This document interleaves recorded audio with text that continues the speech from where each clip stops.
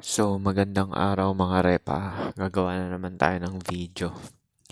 Tong video na to is about to sa self-reliance. Kasi pagka self-reliance guys, hindi ka madaling mabribe or mamanipulate. So, paano ba maging self-reliant? Para maging self-reliant guys, ganun pa rin, kagaya nung last video, papataasin mo yung knowledge mo, tsaka pumera ka. Kaya nga 'di ba yung pinopromote din mo sa feminismo is ano 'di ba? Anong tawag dito? Maging empowered na yung mga babae magtrabaho na para hindi sila mababribe, para hindi sila magse-settle dun sa mga normie na beta or yung mga hindi naman talaga sila attracted, napilitan na lang dahil sa nagsettle na lang para makasurvive, para umasa dun sa lalaki, ganyan, magkapamilya at anak, ganyan. So, 'di ba yung traditional role is yung babae yung nakadependent, solely nasa bahay lang siya kasi nga yung lalaki yung nagpro-provide lahat monetarily. So basically lang talaga, it boils down lang din talaga sa pera rin eh. Hanggat napupunan mo yung mga basic necessities mo para makasurvive ka is magiging self-reliant ka. Kagaya ng meron ka namang pagkain. Pero syempre, may mga brainwashing na sinasabi, kailangan mong gawin to, ganyan, ganyan, mag-travel, kung ano-ano nung kabulshitan. Kailangan magkaroon ka ng ganitong damit. Hindi importante yan. Kaya nga, sinabi ko sa una, pataasin nyo rin yung knowledge nyo para may idea kayo na lahat ng mga pinopromote na mga nasa television is kabulshitan lang din talaga. Hindi naman importante sa buhay mo. Kaya minsan nga, mapapabili ka, 'di ba, sa mga marketing strategies. Oh, tapos pag hawak mo na yung produkto, parang nagsisi ka dahil binili mo dahil hindi mo naman magagamit. So, yan yung sinasabi ko sa inyo na hanggat napupunan mo yung basic necessities mo para makasurvive is yun ang pinaka-importante para maging self-reliant. Hindi mo kailangan ng maraming damit na super dami na hindi mo naman ginagamit, wala namang rotation. Hindi mo naman din kailangan magkaroon ng sapatos ng 100, di ba? Mga 4 lang yan or 5 or kahit 3. Depende sa purpose. May pang jogging, workout, pang trabaho, pang araw-araw na lakad. Yan lang. Ganyan lang yung kailangan mo rin talaga. Now, depende to sa inyo kung ano yung priorities nyo rin sa buhay, kung anong gusto nyo para maging self-reliant kayo.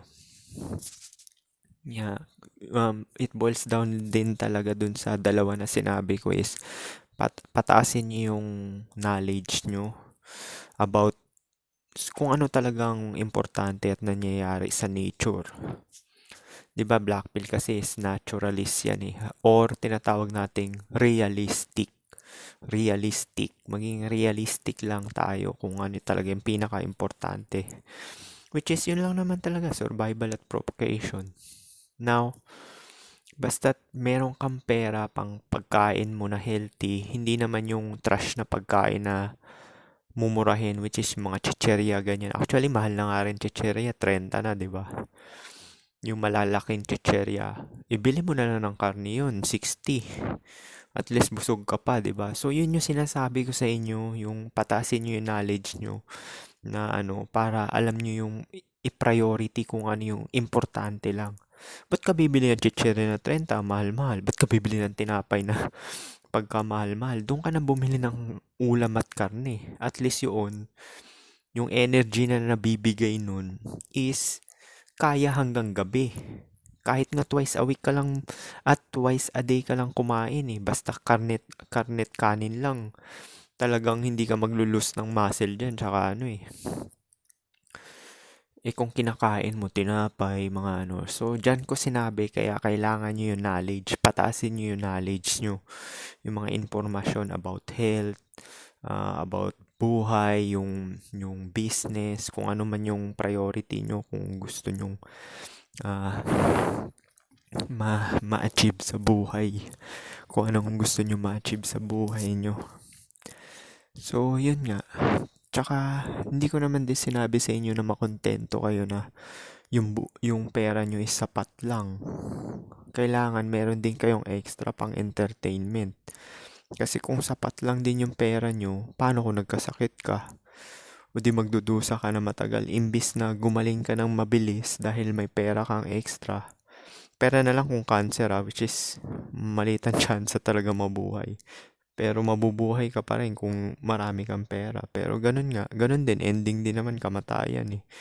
Yung sinasabi ko yung mga minor na sakit, mga flu, ganyan, makakabili ka ng mga basic lang. Kuwari, nagtatai ka, ganyan, or nagkasakit ka dyan, nilagnat ka, or nahawaan ka ng, kuwari, kung anong virus man yan, na kaya namang gamutin ng mga oral tablet, or may infection ka na sugat, mga ganyan. So, makakabili ka ng gamot na kailangan mo, na gagaling ka ng mabilisan. Kaya, yun, maging self-reliant kayo. Tsaka, yun, basta nakukuha nyo lang yung basic necessity nyo para makasurvive. Tsaka may extra kayo pang entertainment. Tsaka, yun, pang mga healthy quality na mga pagkain. At meron kayong pang exercise. Okay na rin yan. Basta yun, hindi kayo madaling maimpluwensyahan ng mga ibang tao. Kaya nga kung sa babae naman, kung priority nyo is mag-procreate, is dodoblehin nyo yung kayod nyo. Kasi nga, kung in the near future, kung plano nyo mag-anak, o dalawa na lang kayo mapapag-usapan nyo naman din yan eh. Na actually kahit wala naman din babae, makakasurvive ka rin naman talaga eh. Pero yun nga lang, yung procreation side kasi, sa mga ibang lalaki lang to na naghahangad na mag-procreate is yun ang hindi mo magagawa mag-isa. Pwede ka surrogate siguro. Pero ganun pa rin, similya mo pa rin yung kailangan tsaka babae na pagtataniman nun. So yun lang talaga yung side na talagang hindi mo kayang gawin mag-isa. Obvious naman dahil lalaki ka, hindi ka naman mabubuntis, 'di ba? So yun lang din para hindi kayo madaling ma-manipulate. Actually, dyan pa nga lang din eh. Dahil pinataas nyo yung knowledge nyo, nalaman nyo yung lookism, is hindi kayo ma-manipulate. Alam nyo yung estado nyo or katayuan nyo sa dating and relationship. Tapos, alam nyo rin yung nagbabago rin yung priority ng babae. At doon yung hypergamy nila is gusto nila ma-achieve yung dalawang mating strategy nila, which is hypergamy pa rin, 'di ba? Yung alpha fox, beta box, alpha seed, beta needs. So kung alam mo na yung mga ganyan, yung knowledge na yan, is hindi ka na rin talaga manipulate.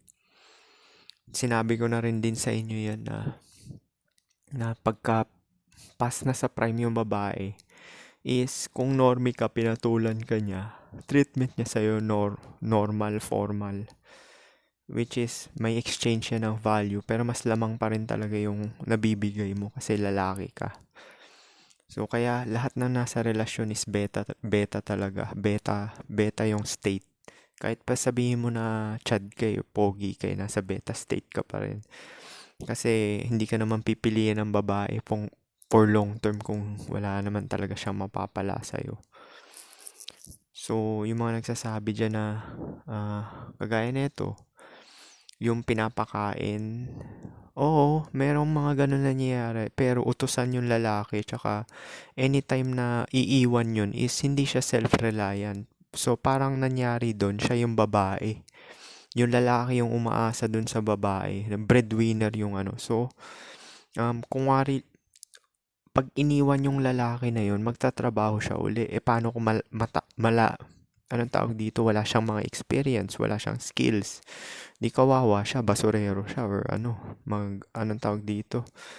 Mamamalimos or homeless pa kung wala siyang sariling bahay or pamana sa magulang. Kaya maganda talaga, wag nyo iaasa yung survival nyo sa ibang tao, tsaka yung kasayahan nyo. pataasin nyo yung knowledge nyo about sa realidad or sa nature ah, mga nangyayari sa nature ng tao. Merong ano niyan mga libro niyan, 48 Laws of Power, Nature of Human, Behavior ng Human, yung mga psychology, ganyan. Robert Greene din yan. So, basahin nyo rin yan para alam nyo yung ano. Kung gusto nyo shortcut, SQS, i-search nyo sa YouTube na about reality yung sinasabi niya na audio recordings para hindi kayo mababribe, hindi kayo emotional. Kasi yung mga ano na yan, yung palaasa ka sa tao ng kasayahan mo, ano yan parang shackle yan, tawag dyan ano parang nalilimitahan yung gusto mong gawin dahil nababribe ka ng ibang tao. Kaya nga sinabi ko niyan, Psychological 101, walang libre. Kahit yung mga nagbibigay ng wala talagang libre, hindi ako naniniwala sa libre. Kaya pag may nagbibigay sa akin, tapos hindi ko naman gaanong ka-close, is bribe yun. Matik yun, merong ano. Pero kung kaibigan mo, tas casual mo na nakakausap, nagbigay, okay lang yun. Pero kahit na meron pa rin expectations yun na pabalik Alam mo naman mga tao, 'di ba? Fickle-minded mga tao Ah, pag nag-isip yan, laging sarili lang nila. Ganun ka rin naman Kaya kung wala kang self-awareness talaga is hindi mo alam yung mga nangyayari. Hindi mo kayang ilagay yung sarili mo dun sa sitwasyon na yun or sa ibang tao. So, ano ba mahalaga sa tao? Napaka-predictable ng tao Sariling kapakanan lang, comfort niya, tapos yung emosyon niya. Usually, yung emosyon ng tao naka-attach yan dun sa mga bagay-bagay na pagkain, sex, sex appeal yan.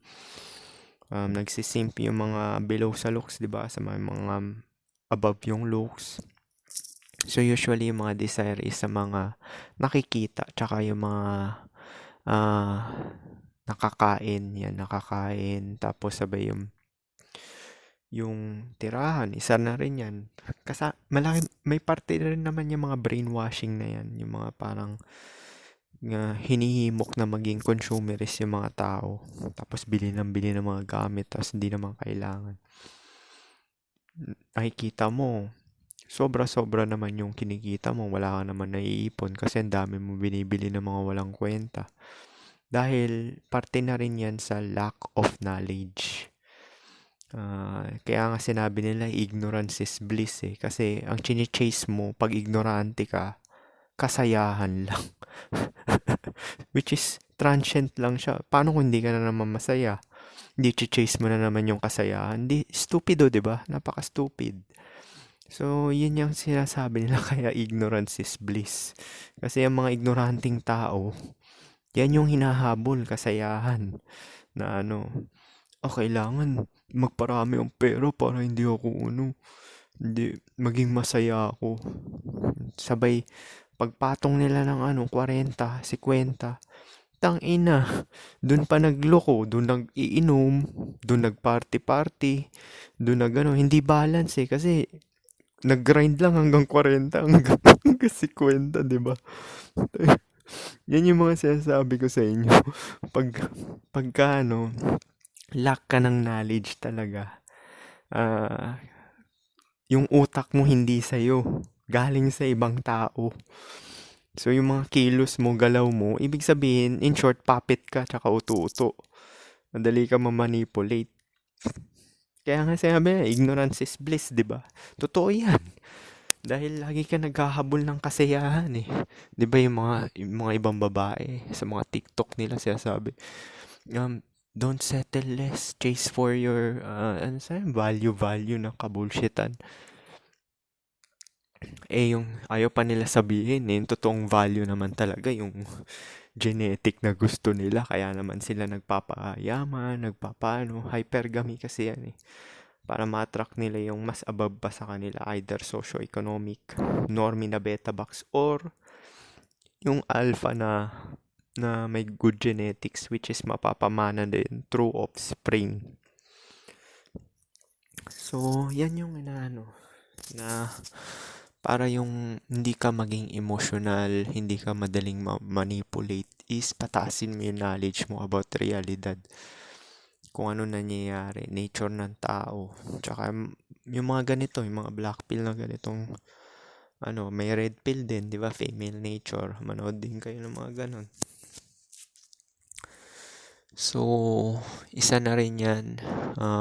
Para hindi, actually, pag naging emotional ka, maraming kumokontrol sa'yo eh. Kasi, ang totoong state talaga ng tao is zen. Ibig sabihin, nakafocus ka lang talaga sa gusto mong ginagawa mo or yung gusto mong gawin sa araw na yon. Kuwari, mundane naman din talaga yung ginagawa natin everyday, di ba? Kain, matulog, trabaho. So, kung iisipin mo siya, outside dito is hindi na mahalaga. Yung entertainment, extra lang yan para, anong tawag dito, para pang-distract sa totoong nangyayari talaga sa pang-araw-araw. Para kahit papano hindi ka maboard. Ba't ka ba nag-entertain? Siyempre, mundane yung ginagawa mo everyday. Kahit sabihin mo may business ka, mundane pa rin yan. Existence is mundane. Ibig sabihin, hanggat nabubuhay ka, kailangan mo magtrabaho. Gawin yan paulit-ulit. Kumain, uminom, tumahi, umihi. Which is mundane din talaga. May pag-usap sa katrabaho, mundane din yan. Pero, sinasabi ko dito is pag nalaman mo yung totoo or sinasabi natin truth will set you free or the right understanding to heaven is at peace ka internally tsaka mentally. So malaya kang maka-choose kung anong decision na malaya kang makapili kung anong gusto mong gawin dahil walang kumokontrol sa impulses mo, desire mo. Kasi self-reliant ka nga, 'di ba? Kasi pinataas mo yung knowledge mo. At isang side pa nun is yung pera mo may extra ka pa rin kahit na napupunan mo yung pang-araw-araw mo na pangangailangan para makasurvive. Which is yung pagkain, damit, bahay na masisilungan, tirahan, tsaka entertainment, tsaka yung extra kung magkasakit ka man. So, basically, ganun lang din talaga eh. Tsaka magiging flexible ka na lang in the long run. Mag-a-adjust ka. Kaya wala talagang prescription, di ba? Kasi sabi ni Rolo Tomasi, hindi siya nagbibigay ng prescription. Kasi iba-iba naman yung sitwasyon. Merong iba na pamilyado, merong ibang na hindi, single. Merong iba na broke, merong iba hindi. So, iba-iba rin talaga sitwasyon. Kaya, maganda talaga is palawakin nyo yung mga nalalaman nyo, tsaka pumera kayo. At hanggat napupunan nyo yung mga pangangailangan nyo na sa pang-araw-araw is hindi na kayo mababribe niyan. Hindi kayo kaya makontrol. Actually, yung mga ganun nga parang ngayon, 'di ba, empowered na yung mga babae. Parang sila na nga rin yung lalaki. Tapos ina-under na nila yung mga lalaki na strategy nila yun kasi nga hypergamy nga, 'di ba? Pinasok ko na yung silbidor, 'di ba? Marami kasi sa Pilipinas talaga silbidor. Yung mga lalaki umaasa sa babae tapos wala silang option. Kung pogi yun, magkaka-option yun. Pero kahit na, wala ka pa rin trabaho eh. Masaklap pa rin na katayuan yung walang trabaho eh. Pwede, mamera ka ng mga babae, marami, ganyan. Or bakla, mamakla ka. Gamitin mo na lang talaga yung looks mo talaga. Pero, hindi siya long term. Kung gagamitin mo siya na pang long term is mamakla ka na lang talaga yung bibigyan ka ng milyones tapos ipasok mo sa bank account para magkaroon ka na lang ng interest. Yun na lang yung aanuin mo. Pero usually kasi mga bigay-bigay pag hindi ka na ma-artista na pogi is hindi ka na mabibigyan ng milyon eh. 100 lang yan or libo, which is panandalian. So parang na-bribe ka pa rin, di ba? Pangit kasi yung ganun sitwasyon eh. Ganun yung nangyayari dyan sa Pilipinas, promise. Dami ng babae na na ayaw nang magsettle sa mga normie at pangit. Ginagastusan nila yung mga may itsura. Binabribe nila ganyan. Hindi magandang katayuan yun yung ganun na aasa ka sa babae kasi pagka hiniwalayan ka, wala ka na. Kasi ganun din strategy ng patriarchy dati, 'di ba? Yung traditional role is ganun yung mga lalaki dati. As in, hindi nila pinapatrabaho yung ganun din yung tatay ko. Kaya alam ko yan na yung traditional role is dependency lang yan. Hindi yan self-reliant. Ngayon, self-reliant na yung babae. Kaya pahirapan na ngayon. 80% undesirable. 80% zero. Walang makukuha. Dumadami na nga yan. Makikita mo sa online, daming uhaw na lalaki. Nasa 25, 20. Meron pa nga 19 sa FB group. Tapos dumadami na rin yung mga ng mga walker. Oh. Kaya oblivious sila eh. Oblivious sila eh. Hindi nila alam na umaasa pa rin sila sa old information na wala sa looks, personality daw, kabullshitan. Tsaka pag ganito ka ganyan, status, wala. Kaya nga maganda talaga unang-unang rule sa self-reliance is patasin mo ang iyong knowledge. Knowledge is power nga, di ba? Pangalawa is yung pumera ka para mapupunan mo yung basic na pangangailangan mo sa pang-araw-araw at may extra ka. So, paano yun lang? Peace.